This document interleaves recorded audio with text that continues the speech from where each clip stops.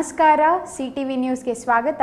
ನಾನು ದೀಪಿಕಾ ಮಂಜುನಾಥ್. ಕಲ್ಯಾಣಿ ಕೆರೆ ಕಟ್ಟೆಗಳನ್ನು ನಿರ್ಲಕ್ಷಿಸಿರುವ ಕಾರಣ ಅಂತರ್ಜಲ ಮಟ್ಟ ಕುಸಿಯುತ್ತಿದೆ. ಕೆರೆ, ಬಾವಿ, ಕಲ್ಯಾಣಿಗಳನ್ನು ರಕ್ಷಿಸುವ ಕಾರ್ಯವನ್ನು ಮಾಡಬೇಕಾಗಿದೆ ಎಂದು ಬೆಂಗಳೂರು ನಗರ ವಿಶ್ವವಿದ್ಯಾಲಯದ ಎನ್ಎಸ್ಎಸ್ ಸಂಯೋಜನಾಧಿಕಾರಿ ಡಾಕ್ಟರ್ ಎಚ್.ಜಿ. ಗೋವಿಂದಗೌಡ ಶಿಡ್ಲಘಟ್ಟದಲ್ಲಿ ತಿಳಿಸಿದರು.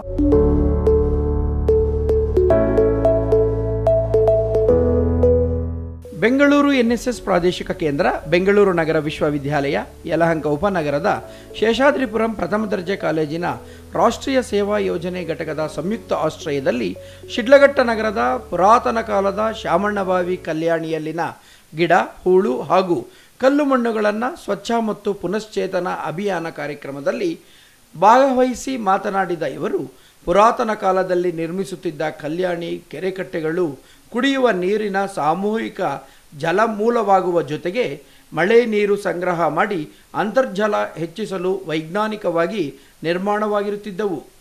ಆದರೆ ನಾವು ಇವುಗಳನ್ನು ನಿರ್ಲಕ್ಷಿಸಿರುವ ಕಾರಣ ಅಂತರ್ಜಲ ಮಟ್ಟ ಕುಸಿಯುತ್ತಿದೆ. ಆದ್ದರಿಂದಲೇ ಎನ್ಎಸ್ಎಸ್ ಸ್ವಯಂ ಸೇವಕರು ಮರುಜೀವವನ್ನು ನೀಡಿದ್ದಾರೆ. ಅದರಂತೆ ಪುನಶ್ಚೇತನ ಮಾಡುವ ಕಾರ್ಯವನ್ನು ಮಾಡುತ್ತಿದ್ದೇವೆ ಎಂದರು. ಇನ್ನು ಈ ಸಮಯದಲ್ಲಿ ಶೇಷಾದ್ರಿಪುರಂ ಪ್ರಥಮ ದರ್ಜೆ ಕಾಲೇಜಿನ ಎನ್ಎಸ್ಎಸ್ ಅಧಿಕಾರಿ ನವೀನ್ ಕುಮಾರ್ ಮಾತನಾಡಿ, ನಮ್ಮ ಎನ್ಎಸ್ಎಸ್ ತಂಡ ಕಲ್ಯಾಣಿಗಳನ್ನು ಶ್ರಮದಾನಗಳ ಮೂಲಕ ಸ್ವಚ್ಛಗೊಳಿಸಿ ಪುನಶ್ಚೇತನ ನೀಡುವ ಕಾರ್ಯಕ್ಕೆ ಮುಂದಾಗಿದೆ.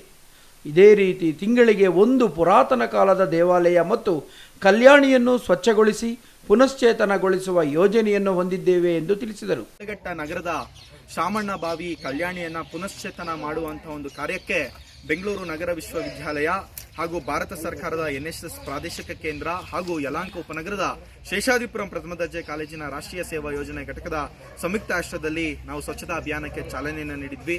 ಸುಮಾರು 150 ಸ್ವಯಂ ಸೇವಕರು ಕಳೆದ ಭಾನುವಾರ ಸ್ವಚ್ಛತಾ ಅಭಿಯಾನದಲ್ಲಿ ಸ್ವಯಂ ಪ್ರೇರಿತರಾಗಿ ಪಾಲ್ಗೊಂಡಿದ್ರು. ತದನಂತರ ಸಮಯದ ಅಭಾವದಿಂದ ಅರ್ಧಕ್ಕೆ ನಿಂತಿದ್ದಂಥ ಕೆಲಸವನ್ನು ಈ ದಿನ ನಂತರ ಒಂದು 7 ದಿನಗಳ ನಂತರ ಅದನ್ನು ಪೂರ್ಣಗೊಳಿಸುವಂಥ ನಾವು ಕಾರ್ಯಕ್ರಮವನ್ನು ಕೈ ಹಾಕಿ ಇವತ್ತು ಯಶಸ್ವಿಯಾಗಿದ್ದೇವೆ ಅನ್ನೋ ಒಂದು ಸಂದೇಶವನ್ನು ಈ ಸಂದರ್ಭದಲ್ಲಿ ಹೇಳೋದಕ್ಕೆ ಇಚ್ಛಪಡ್ತೇನೆ. ಇನ್ನು ಈ ಸಮಯದಲ್ಲಿ ಶಿಡ್ಲಘಟ್ಟ ತಾಲೂಕು ಕರ್ನಾಟಕ ರಕ್ಷಣಾ ವೇದಿಕೆ ಸುನೀಲ್, ಮೋಹನ್, ಶಶಾಂಕ್, ಪ್ರಭಾಕರ್, ಜನಾರ್ದನ್ ಹಾಜರಿದ್ದರು. ಛಾಯಾ ರಮೇಶ್, ಸಿಟಿವಿ ನ್ಯೂಸ್, ಶಿಡ್ಲಘಟ್ಟ.